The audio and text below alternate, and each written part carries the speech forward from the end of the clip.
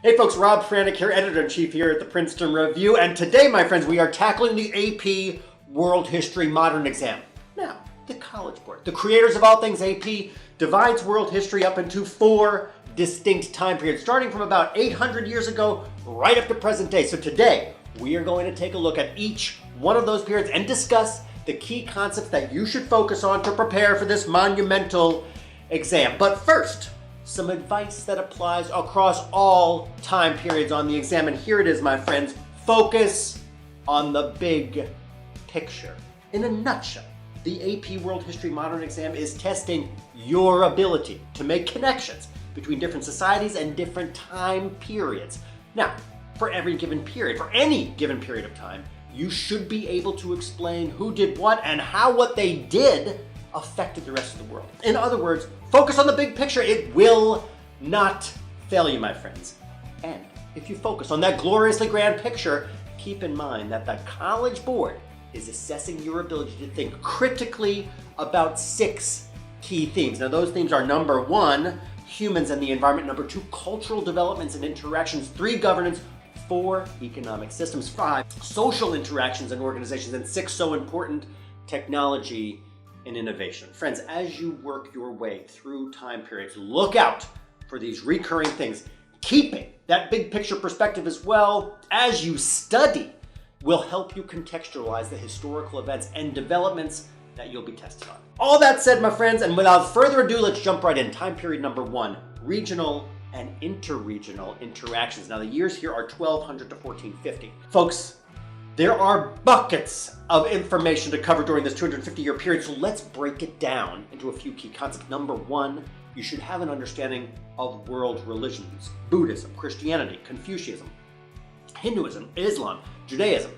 Aim to focus not only on the theological or philosophical basis of each belief system, but also the impact that those belief systems had on social, political, cultural, and of course, military developments.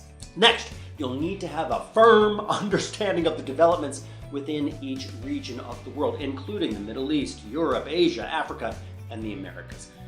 And folks, you'll need to understand more than just the events that occurred within each region. Remember, big picture is the key here. You'll want to grasp how each region interacted and affected others. Study up on trade networks such as the Silk Road, as well as the intentional expansion of religion through methods like missionary work, as well as religious warfare. You should also review notable global travelers like Xuanzang, as well as Marco Polo, along with major technological innovations that were coming from China and the Islamic world, and just to name a few: paper currency, surgical instruments, the magnetic compass. That brings me to time period number 2, which is global interactions and the rise of Europe. Now, the years here are 1450 to 1750, and in this time period, global interaction increased significantly and Europe emerged as a major player. The exam will assess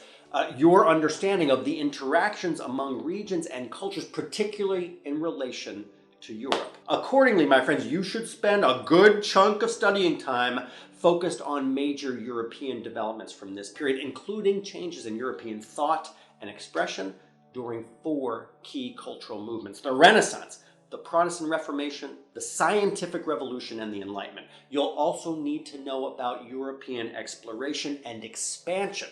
Now, that said, advances in map making as well as shipbuilding led to the increase of sea travel and Europeans' discovery of the New World, which in turn helped give rise to the encomienda system, the African slave trade, and of course, the Columbia Exchange and the Commercial Revolution. And finally, be sure to study European rivalries, technological innovations, and the changes to the role that women played during this time. That leads me to time period number 3, and that time period is industrialization and global integration. Now, the years here are 1750 to 1900, and friends, saying that a lot took place between 1750 and 1900 doesn't quite sum it up. I am talking about tectonic occurrences, from Napoleon's attempt to conquer all of Europe to the United States' ascension to world power status.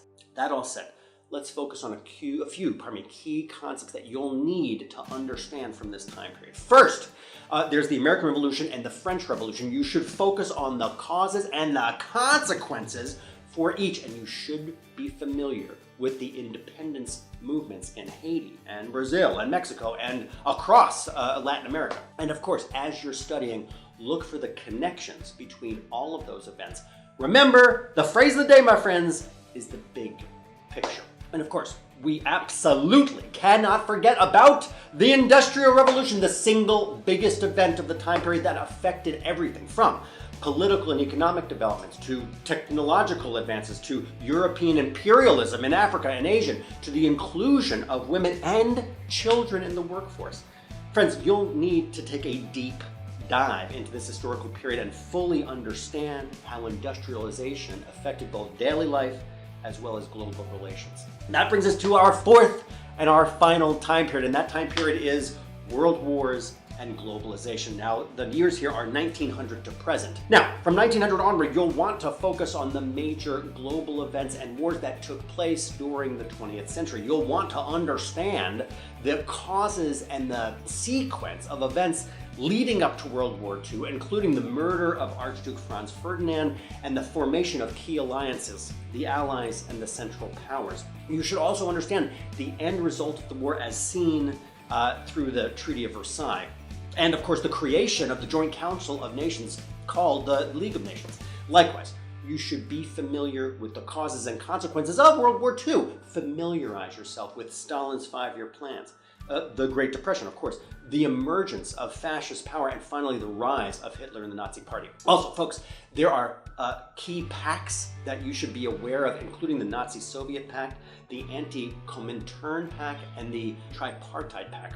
Now, of course, the development of the atomic bomb, known as the Manhattan Project, and the detonations of those bombs over Hiroshima and Nagasaki are deeply, deeply important for you to understand. Now, the consequences of World War II, of course, brought enormous global changes, including awareness of the Holocaust and the creation of international organizations like the United Nations, and, well, the start of the Cold War. And speaking of Cold War, study up on the power struggle that emerged between the United States and the Soviet Union after World War II, as well as the ways in which the Cold War and communism affected China and Korea and Vietnam and Cuba and European countries. Folks, there will also be several independence movements and developments in Asia as well as Africa during this period, including the rise and the fall of apartheid, so familiarize yourself with these events.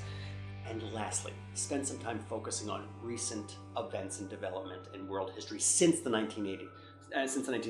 The rise of the Taliban and terrorist networks like Al-Qaeda, recent terrorist attacks, specifically 9/11, as well as notable global health crises from AIDS to cholera. The exam will even cover events and technological advancements from the 21st century, such as the computer and the internet and social media, so be sure to know all about our most recent history as well.